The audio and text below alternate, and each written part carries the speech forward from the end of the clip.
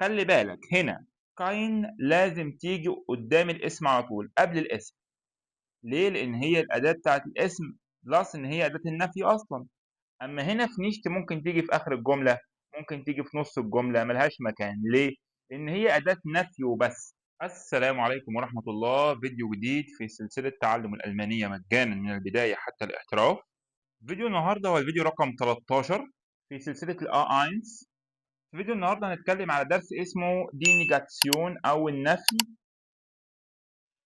هنتكلم على أداتين نفي مهمين جدا هما كاين ونيشت، والاتنين معناهم ليس أو معناهم not بالإنجليش.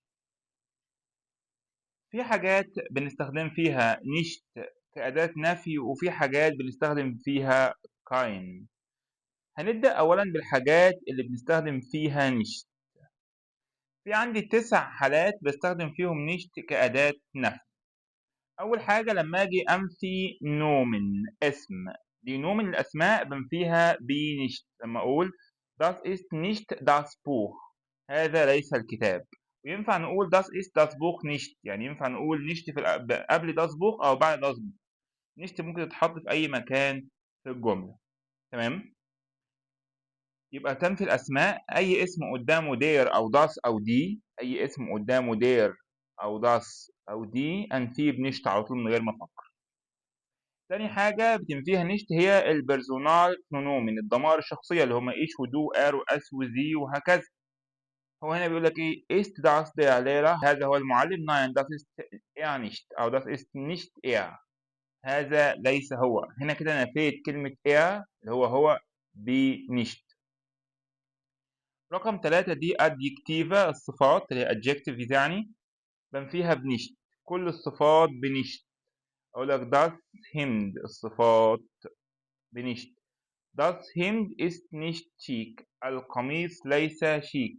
هنا كلمة شيك صفة نفيتها باستخدام نيشت. رقم 4 دي لوكالا أدفارب، ظرف المكان. أي ظرف مكان أو كمان ظرف الزمان لسه جاي، أي ظرف مكان بنفيه بنيشت. أقول لك mein Vater ist nicht hier، والدي ليس هنا. هنا ظرف مكان بنفيه بنيشت. بعد كده التمبورال أدفارب، ظرف الزمان، برضه بنفيه بنيشت. mein Lehrer kommt heute nicht، معلمي لم يأتي اليوم. كلمة نيشت هنا نفت كلمة heute اللي هي اليوم، ظرف الزمان. دي possessive article، أدوات الملكية، بنفيها بنيشت. أقول لك das ist nicht meine Frau، هذه ليست معلمي، ليست زوجتي. meine Frau هنا نفتها إيه؟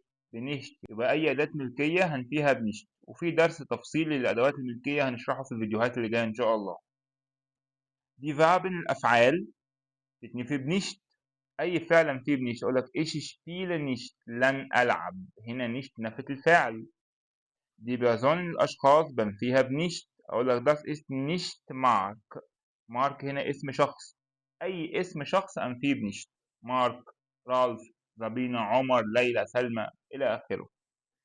دي بريبوزيسيونن، حروف الجر، أي حرف جر بيتنفي بنيشت. Ich wohne nicht in Berlin، in برلين هنا نفتها بإيه؟ بنيشت. بعد كده كاين. كاين بتنفي حاجة واحدة بس، إيه هي؟ بتنفي الاسم بس بشرط الاسم ده ما يكونش فيه قدامه أي أداة، لا دير ولا داس ولا دي ولا ماين ولا أي أداة. ليه؟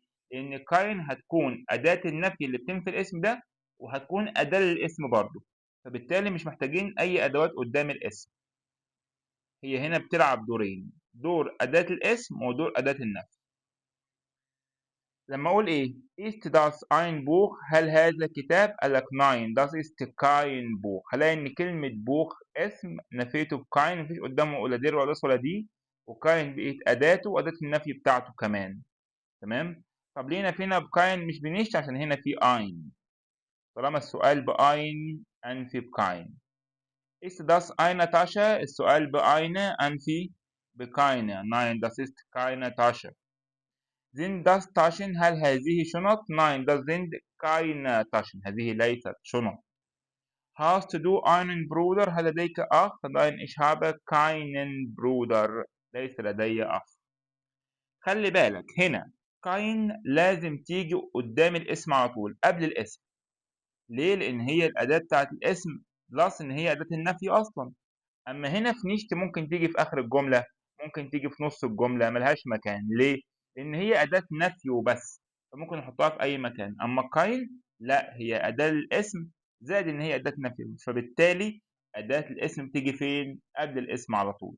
يبقى دايما هتلاقي إن كاين قبل الاسم كده لازقة فيه على طول. تمام؟ وبكده نكون خلصنا درس النيجاتيون النفي، وفرقنا ما بين كاين وما بين نيشت. لو استفدت من الفيديو ده اعمل فولو واستنى الفيديوهات اللي جاية، ولو ما شفتش الفيديوهات القديمة ارجع شوفها عشان تبقى معاك سلسلة الآ اينس كاملة. وإن شاء الله بعد ما نخلصها نخش في سلسلة الآ 2.